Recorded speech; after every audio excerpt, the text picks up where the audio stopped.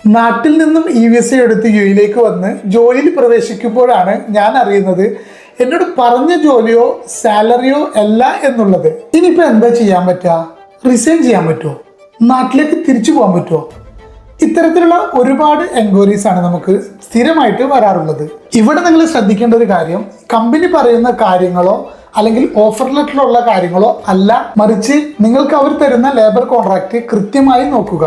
അതിൽ നിങ്ങളോട് പറഞ്ഞ കാര്യങ്ങളെല്ലാം മെൻഷൻ ചെയ്തിട്ടുണ്ടോ എന്ന് വെരിഫൈ ചെയ്യുക.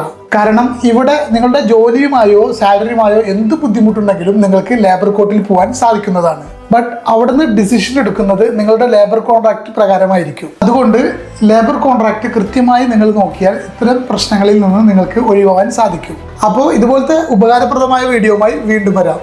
ബൈ.